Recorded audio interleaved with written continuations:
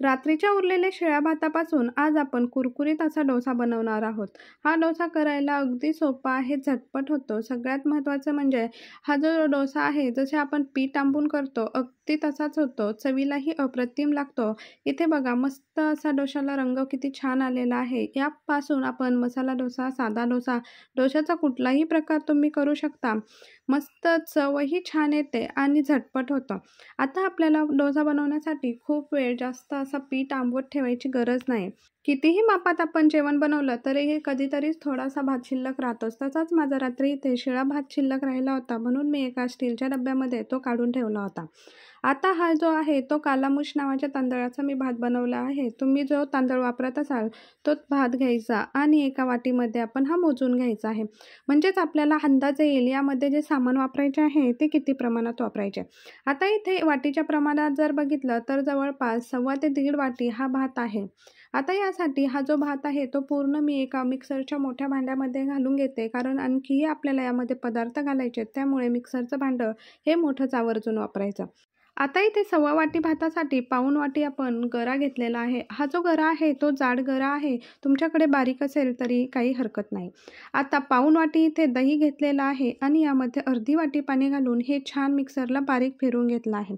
गरा, दही यांचे प्रमाण अगदी योग्य घ्यायचं, म्हणजे आपला जो डोसा आहे तो अगदी छान होतो.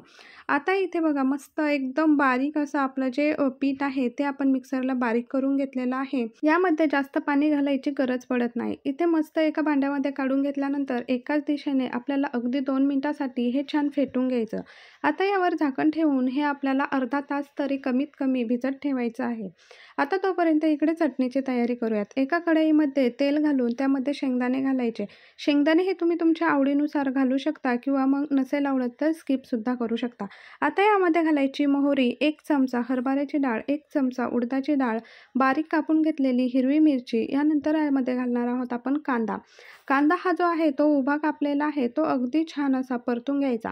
आता कांदा परतत असताना गॅसची फ्लेम ही मीडियम ठेवायची. हाय फ्लेम गॅसवर कांदा अगदी पटकन करपतो, त्यामुळे गॅसची फ्लेम मीडियम ठेवायची आणि यामध्ये हळद घालायची. आता इथे बघा अगदी गॅसची फ्लेम कमी करायची, म्हणजेच आपली जी डाळ आहे ती करपणार नाही. कारण गॅसची फ्लेम जर इथे मीडियम किंवा मग हाय केली तर जी डाळ आहे ती गरम झालेली असते आणि ती पटकन करपते. इथे मी अद्रक घालायची विसरले होते, तुम्ही अद्रक अगोदरच घालू शकता. आता याला छान मस्त मिक्स करून घ्यायचं आणि यामध्ये चवीनुसार मीठ घालायचं आणि थोडंसं पाणी टाकायचं. म्हणजेच आपली जी चटणी आहे ती थोडीशी ओलसर असते, त्यामुळे याच्यामध्ये लगेच पाणी घालून घ्यायचं आणि पाण्याला थोडीशी छान अशी उकळी यायला सुरुवात झाली की मग यामध्ये बटाटा घालायचा. आता मी इथे 1.5 बटाटा घातलेला आहे आणि हे बटाटा घालत असताना याचे काप न करता उकडलेलं अगदी कुस्करून बटाटा याच्यामध्ये घालायचं. म्हणजेच आपली चटणी जी आहे ती चवीला सुद्धा खूप छान लागते आणि मस्त अशी तयार होते. थोडीशी ओलसरच ही चटणी असते. तुम्हाला जर अशी आवडत नसेल तर तुम्ही आपण नेहमी करतो तशी सुद्धा करू शकता. आता याच्यावरतून मस्त अशी हिरवी कोथिंबीर घालायची आणि जी चटणी आहे ती हलवून एकदम आपल्याला जे बटाटे राहिलेले आहेत ते मॅश करून घ्यायचे.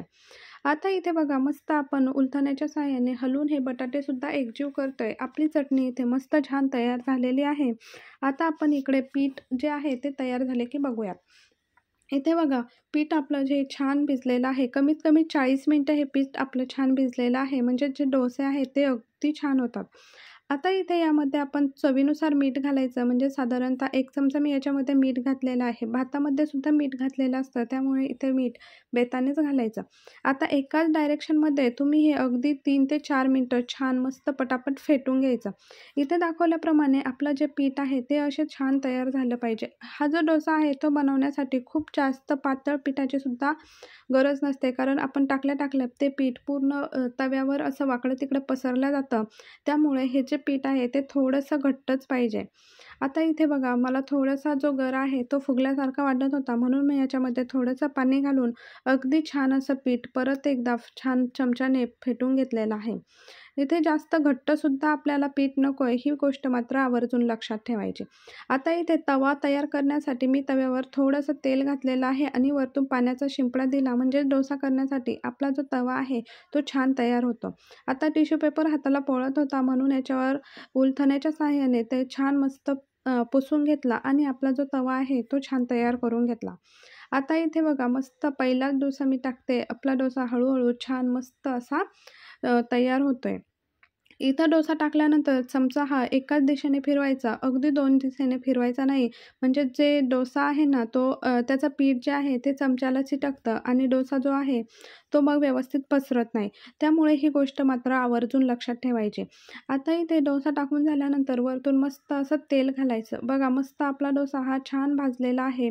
किती छान क्रिस्पी दिसतोय आणि रंग तर बघा किती सुंदर आलेला आहे.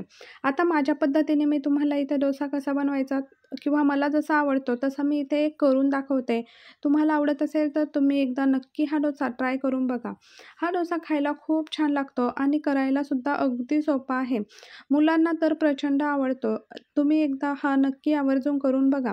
इथे बघा आपण जो डोसा आहे आपण नेहमी जसा टाकतो तसाच इथे व्यवस्थित असा डोसा टाकून घ्यायचा आणि हा जो डोसा आहे अगदी खालून आपल्याला छान मस्त सोनेरी रंग यायला लागला, की मग याच्यावर थोडंसं तेल घालायचं. आता इथे थोडासा दिसत नसेल, पण याला थोडासा छान रंग यायला सुरुवात झालेली आहे. आता डोस्याला पूर्ण काढून घ्यायचं. थोडासा रंग यायला लागला तेव्हाच पूर्ण डोसा आपण जो तव्यावर घातलेला असतो तो छान काढून घ्यायचा. आता माझी थोडीशी डोसा करण्याची प्रॅक्टिस झाली म्हणजे दुसरा डोसा आहे, हा डोसा छान झालेला आहे.